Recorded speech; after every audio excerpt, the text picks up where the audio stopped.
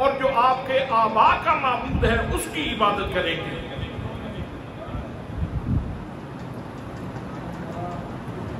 وَإِلَٰهَ آبَائِكَ مِن قَبْلُ إِبْرَاهِيمَ وَإِسْمَاعِيلَ وَإِسْحَاقَ، جناب ابراہیم کے خدا کی عبادت کریں گے، جناب اسماعیل کے خدا کی عبادت کریں گے، جناب اسحاق کے خدا کی عبادت کریں گے۔ اب مجھے بتائیے کہ حضرت اسحاق حضرت یعقوب کے کیا لگتے ہیں؟ والد گرامی، والد حقیقی باپ، والد گرامی ہیں۔ اور حضرت اسماعیل کیا لگتے ہیں؟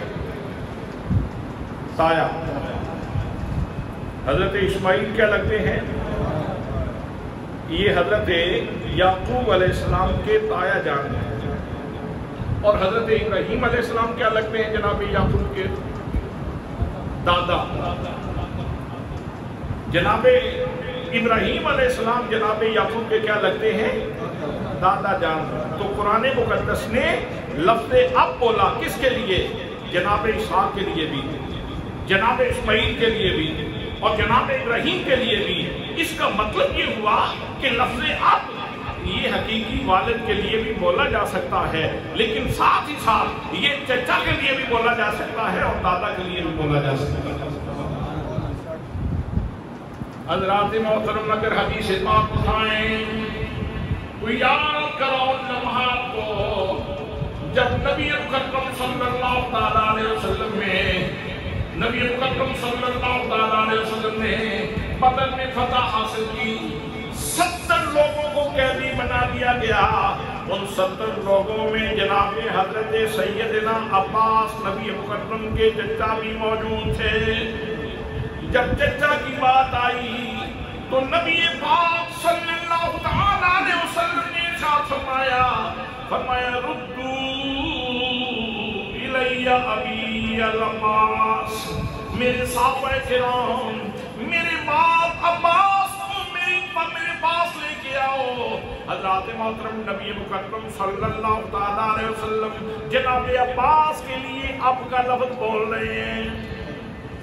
اب یہ بات تو کسی سے مخفی نہیں کہ جناب عباس کیا ہے حضور کے، ٹھہر کے بولے ذرا، حضور صلی اللہ تعالیٰ علیہ وسلم کے چچا ہیں۔ تو اس لیے قرآن اور حدیث کی روشنی میں یہ بات واضح ہو گئی کہ حضور حضرت ابراہیم علیہ السلام کے والد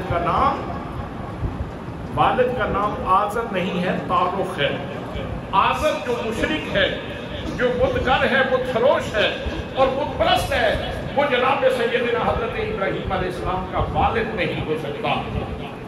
اس لیے کہ نبی پاک صلی اللہ تعالیٰ علیہ وسلم نے ارشاد فرمایا لم ازل انقل من اسلام طاہرین الی احکام طاہرات، میں ہمیشہ پاک رحموں سے، پاک سلبوں سے پاک رحموں میں منتقل ہوتا چلا آیا ہوں۔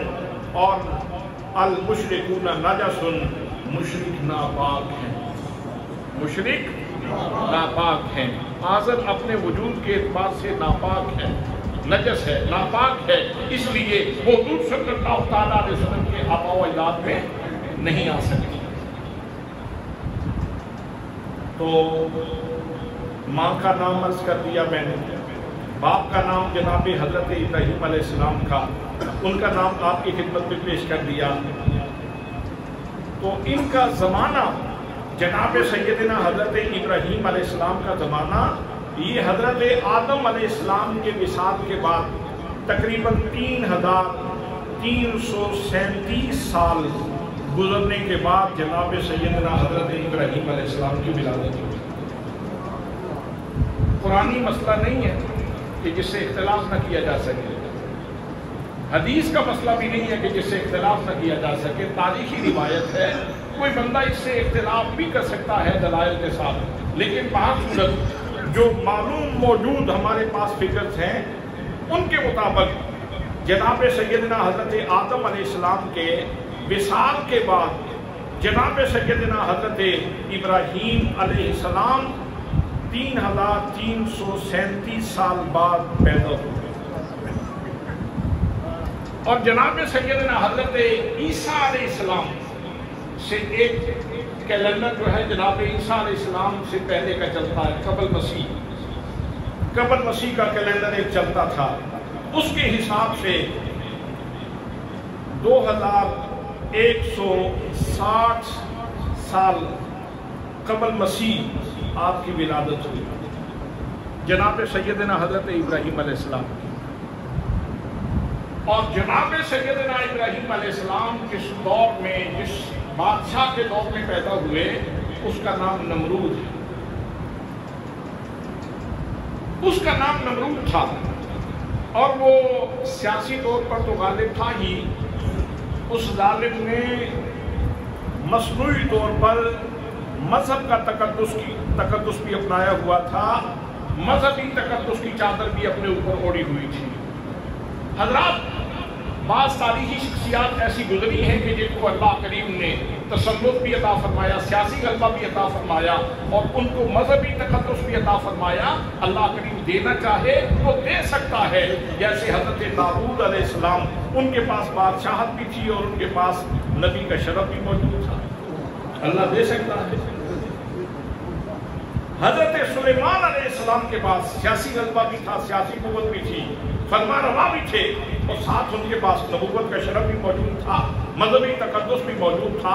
اللہ کریم اگر کسی اپنے بندے کو دینا چاہے تو یہ دونوں چیزیں عطا فرما سکتا ہے، لیکن نمرود کے پاس یہ دونوں چیزیں مصنوعی تھیں۔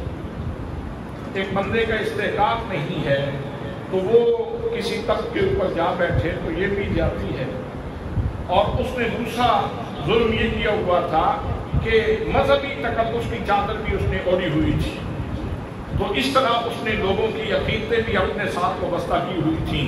جناب سیدنا حضرت ابراہیم علیہ السلام کی ولادت کا جب وقت قریب آتا ہے تو نمرود نے خواب دیکھا کہ ایک ستارہ طلوع ہوا ہے جس کی روشنی سورج اور چاند سے زیادہ ہے، اور اس کی وجہ سے اس کا اقتدار مان پڑتا جا رہا ہے اور اس کے اقتدار میں خلل آ رہا ہے۔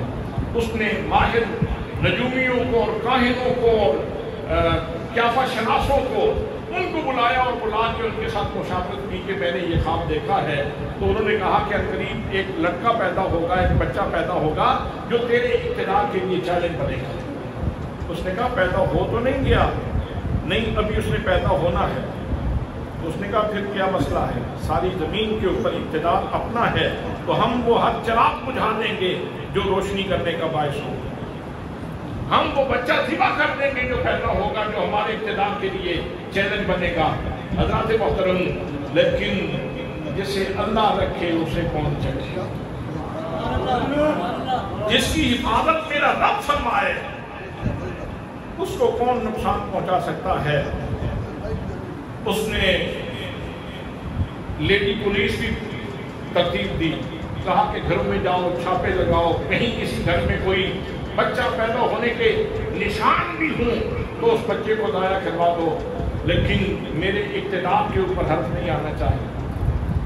کوئی بچہ پیدا ہوتا اس کو قتل کر دیا جاتا، اس کی گردن کاٹ لی جاتی، اس کی زندگی کا چراغ گل کر دیا جاتا، لیکن جناب سیدنا حضرت ابراہیم علیہ السلام آپ اپنی ماں کے پیٹ میں آ گئے، جیسے اللہ کی قدرت تھی، جیسے اس کو منظور تھا، جیسے ہونا تھا، اللہ پاک نے وہ ماں کے پیٹ میں ان کو منتقل کر دیا۔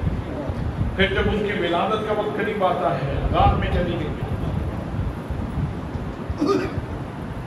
جناب سیدنا حضرت ابراہیم علیہ السلام کی پوری زندگی اعجازی شان رکھتی ہے اور شان خلت رکھتی ہے۔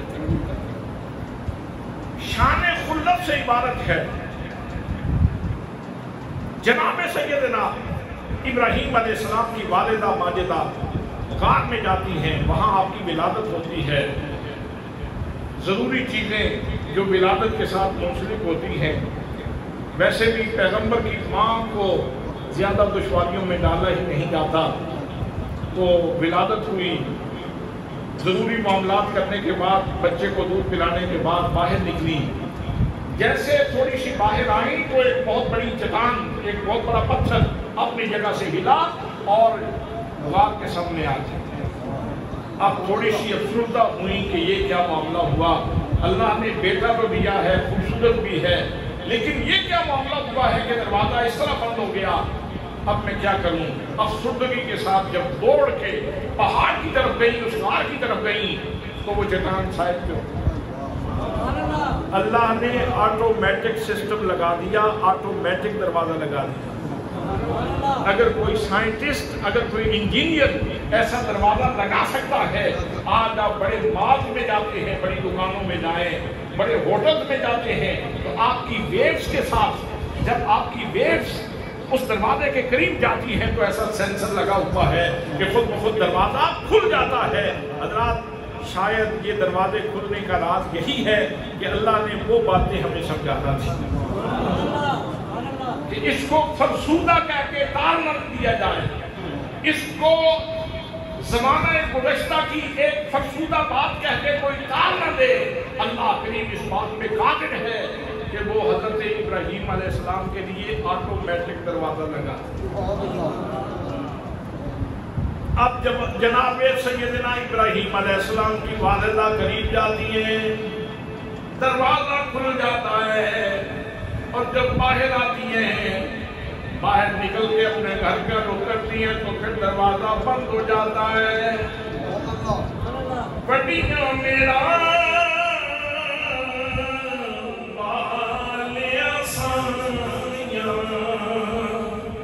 رب غریب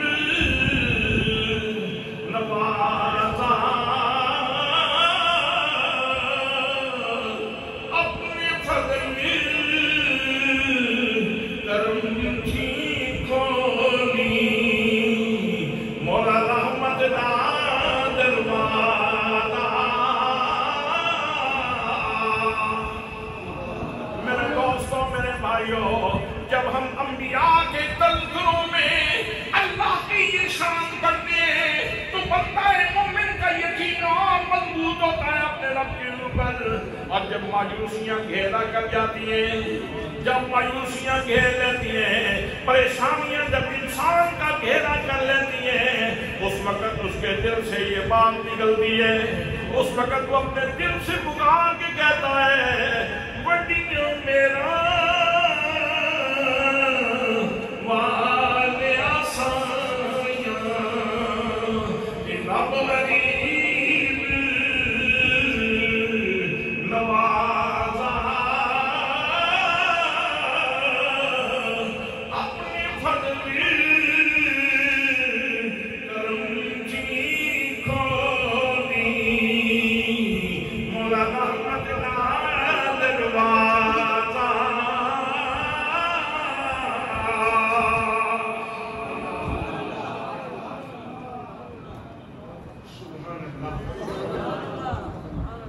اب پھر اس کے بعد جو حضرت سیدنا ابراہیم علیہ السلام کی شان قیام ہوتی ہے کہ اللہ نے ان کے کھانے کا انتظام کیا فرمایا۔ ماں واپس جاتی ہے، میرے بیٹے کو بھوک لگی ہوگی، میرے بیٹے کو پیاس لگی ہوگی۔ ماں کی ممتا نے سینے میں جوش مانا، میں جا کے اپنے بیٹے کو دیکھوں، لیکن وہاں جا کے دیکھا تو حیران رہ گئی۔ آپ نے اپنی انگلیاں یہ منہ میں ڈالی ہوئی ہیں، ایک انگلی سے دودھ ہے، دوسری انگلی سے شہد ہے، اور تیسری انگلی سے پانی ہے۔ اور میں نے یہ روایت بھی پڑھی ہے کہ ایک انگلی سے، چوتھی انگلی سے کھجور کا شیرہ ہے، اور پانچویں انگلی سے ایک اور نعمت شروع ہے۔ جناب سیدنا حضرت ابراہیم علیہ السلام کو پالنے والا یوں پال رہا ہے، فانوس بن کے جس کی حفاظت ہوا کرے، فانوس بن کے جس کی حفاظت ہوا کرے، وہ شمع کیا بجھے جسے روشن خدا کرے،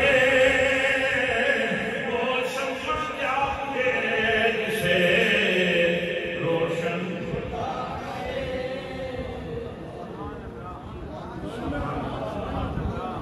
فانوس بن کے جس کی حفاظت ہوا کرے،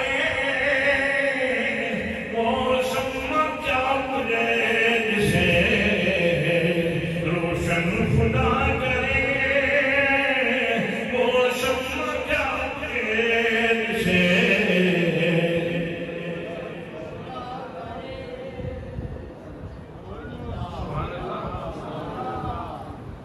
باتیں سن کے انسان کے ایمان میں اضافہ ہوتا ہے، یقین میں اضافہ ہوتا ہے کہ پروردگار عالم جب مہربان ہوتا ہے تو اپنے بندوں کے لیے کیسے انتظامات فرماتا ہے۔ یہ تو انسان مادیت میں گر گیا، مادیت کی فرسودگیوں میں گر جانے کی وجہ سے تائید ایزدی سے محروم ہو گیا، اللہ پہ توکل نہ رہا تو مصائب نے گھیرا کر لیا، وگرنہ انسان اپنے رب کی طرف رجوع کرے تو کون سی مشکل ہے جو آسان نہیں ہو سکتی، کون سا تالا ہے جو کھل نہیں سکتا، اور کون سی پیچیدگی ہے جو حل نہیں ہو سکتی۔ انسان اگر اپنے رب کی طرف متوجہ ہو تو حضرات محترم، جناب سیدنا حضرت ابراہیم علیہ السلام کی یہ بھی شان ہے کہ باقی بچے ایک مہینے میں جتنی پرورش پاتے ہیں، جناب سیدنا ابراہیم علیہ السلام ایک دن میں اتنے بڑے ہوتے ہیں۔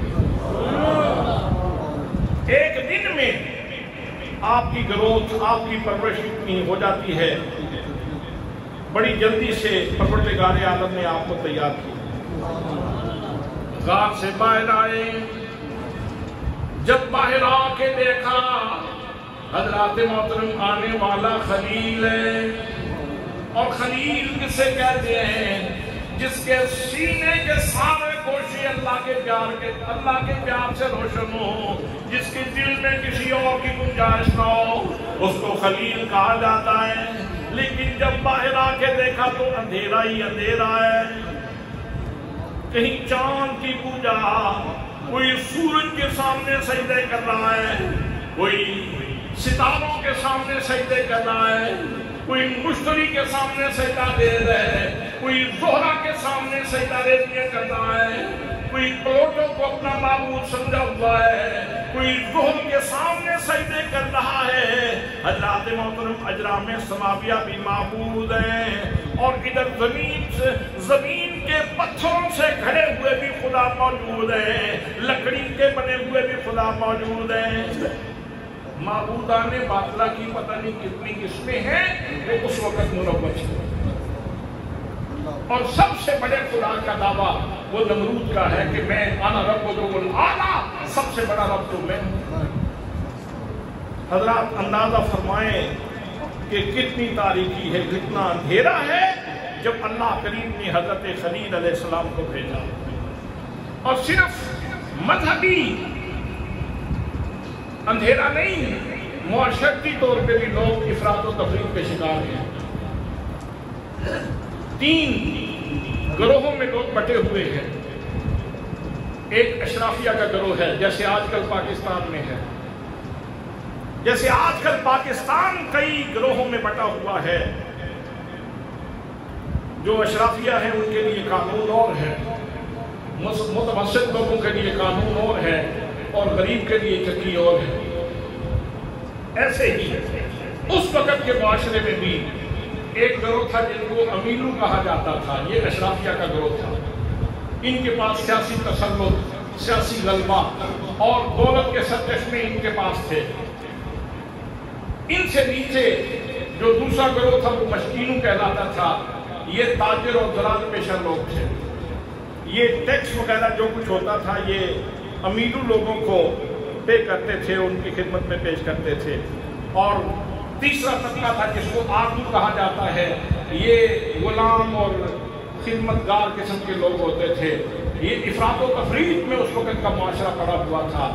اندھیرا ایک قسم کا ہوتا تو بات ہوتی، ہر طرف تاریکی ہی تاریکی ہے، اندھیرا ہی اندھیرا ہے۔ اور جب جناب سیدنا حضرت ابراہیم علیہ السلام تشریف لائے تو آپ کو معلوم تھا اگر لوگوں کے ذہنوں میں توحید کا تصور بیٹھ گیا تو یہ ساری ناپاکی ختم ہو جائے۔ یہ سارے افراط و تفریط کے سلسلے ختم ہو جائیں گے.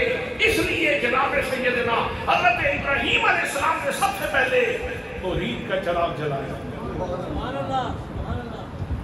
حضرات محترم، جناب سیدنا حضرت ابراہیم علیہ السلام اس سماعت کو چیلنج کرتے ہیں، بلکہ آپ نے تبلیغ اپنے گھر سے شروع کی. اپنے چچا سے کہا، اور میرے چچا اگر یہ کیا معاملہ ہے؟ اپنے ہاتھ سے کرتے ہو، اپنے ہاتھ سے بناتے ہو، اپنے ہاتھ سے اس کا سر منہ صاف کرتے ہو، اپنے ہاتھ سے اس کی گند بھی صاف کرتے ہو، پھر اس کو سجدے بھی کرتے ہو. یہ کیا انصاف ہوا؟ اپنے ہاتھ سے گھٹنا اور پھر اس کو سجدے کرنا. کہنے لگا، بیٹا خاموشی سے اپنے معاملات چلاؤ، ہمارے راستے کا پتھر نہ بنو. کہنے لگا، کرنا ہے تو پھر میرے ساتھ میرے کاروبار میں شریک ہو جاؤ. کیسے؟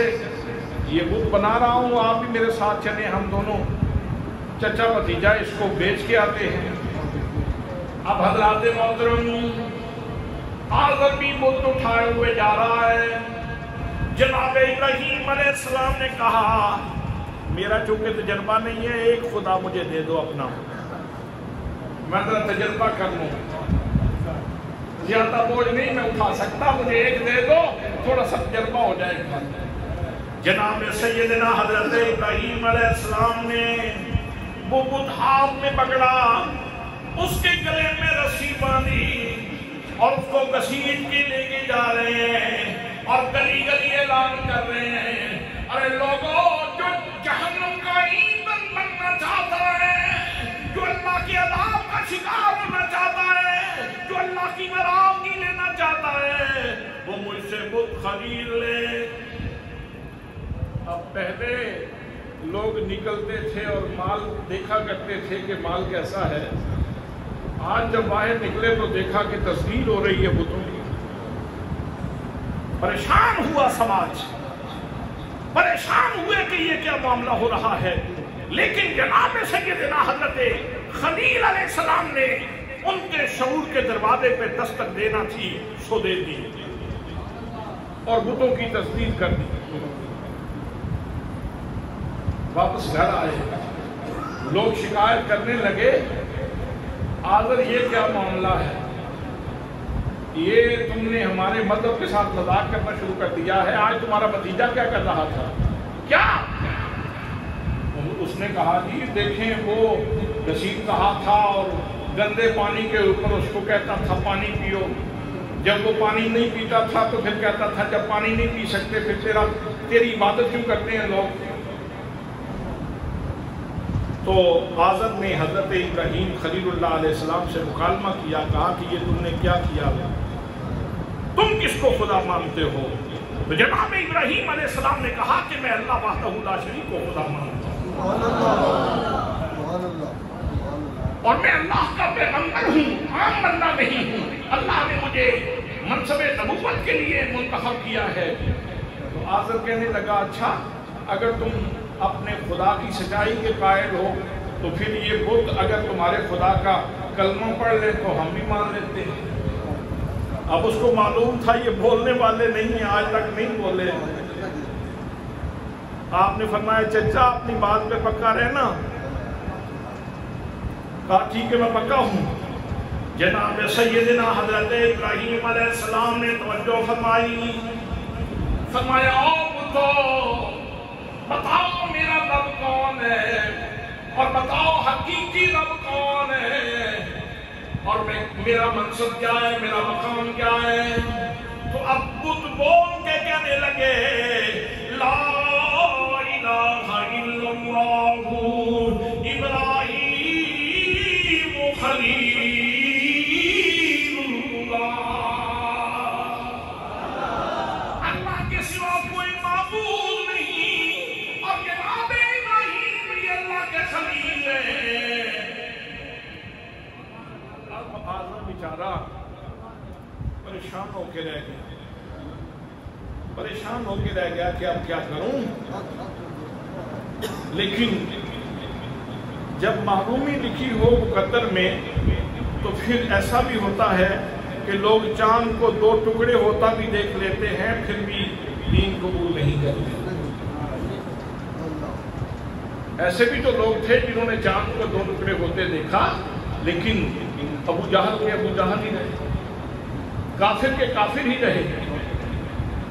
تو یہ اللہ کے راستے کی طرف آنا یہ توفیق کی بات ہوتی ہے۔ یہ اللہ کریم توفیق عطا فرمائے تو تب یہ سلسلے ہوتے ہیں۔ اسی لیے ہم اپنے رب کی بارگاہ میں ان الفاظ کے ساتھ یہ آرزو کرتے ہیں، وڈیاں میرا والیاں سائیاں کہ رب غریب نوازا اپنے فضل کرم کی کھولی مولا رحمت کا دروازہ۔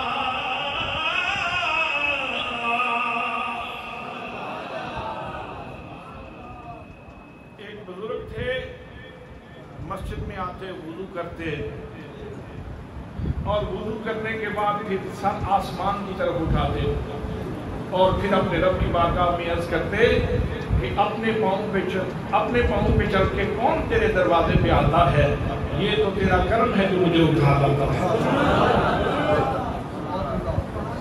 کتنے لوگ ہیں ایسے جو اس وقت اپنے گھروں میں سو رہے ہوں گے، اپنے گھروں میں ریسٹ کر رہے ہوں گے، وہ اس بشارت میں شریک نہیں ہو سکے کہ میرے آقا نے ارشاد فرمایا کہ ایک نماز سے دوسری نماز تک بندہ مومن کے گناہ معاف کر دیے جاتے ہیں۔ ایک جمعہ سے دوسرے جمعے تک کے جتنے گناہ ہوتے ہیں وہ معاف کر دیے جاتے ہیں حاضری کے ساتھ۔ ایک جمعہ سے دوسرے جمعے تک جو گناہ ہوتے ہیں وہ سارے کے سارے معاف کر دیے جاتے ہیں۔ وہ حضرات محترم، یہ ہدایت ملنا، یہ سینہ منور ہونا اور یہ سجدہ ریزی نصیب ہونا اور آنکھوں سے آنسو نکلنا، اللہ کا درد نصیب ہونا، اللہ کا شوق نصیب ہونا، یہ ہر بندے کے بس کی بات ہی نہیں۔ یہ سوغات اللہ کریم اپنے خاص بندوں کو عطا فرماتا ہے۔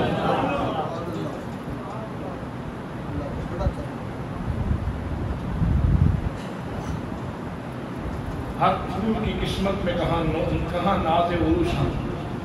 تو کسی نے کہا تھا کہ ہر پھول کی قسمت میں کہاں ناز عروج ہے، کچھ پھول تو کھلتے ہیں مزاروں کے لیے۔ تو یہ مقدر کی بات ہے۔ این سعادت بزور بازو نیست تا نمکشد خدائے بخشیدہ۔ اگر آپ کو سجدہ ریزی نصیب، اگر آپ کو مسجد میں حاضری نصیب، اگر آپ کو اللہ کی بارگاہ میں پیار سے ذکر کر کے رونا نصیب، تو اس کے اوپر اپنے رب کی بارگاہ میں شکر ادا کرو۔ شکر ادا کرو کہ اللہ کریم نے محروم نہیں کیا، اور اللہ کی بارگاہ میں یہ سوال کرتے رہو کہ مالک اپنا دروازہ میرے لیے کھلا رکھنا، بند نہ کرنا۔ اپنا دروازہ کرم، دروازہ شفقت، دروازہ مہربانی میرے پروردگار میرے لیے کھلا رکھنا۔ حضرات محترم، جناب سیدنا حضرت ابراہیم علیہ السلام کے تذکار جمیلہ میں روشنی ہی روشنی موجود ہے، پیار ہی پیار موجود ہے، ہدایت ہی ہدایت موجود ہے، اور اس کے اندر اللہ کریم کے اوپر انسان کا توکل اور انسان کا یقین اور مضبوط ہوتا ہے۔ جتنا جناب ابراہیم علیہ السلام کا ذکر کیا جائے گا، اس سے اللہ کے ساتھ جو آپ کی محبت کا تعلق ہے اس میں اضافہ ہوتا چلا جائے گا۔ اس لیے وقت پہ تشریف لایا کریں۔ اگلے جمعہ پہ انشاءاللہ باقی چیزیں آپ کی خدمت میں عرض کروں گا۔ دعا ہے کہ اللہ کریم ہمیں عمل کی توفیق نصیب فرمائے۔ وما علیہ الا البلاغ۔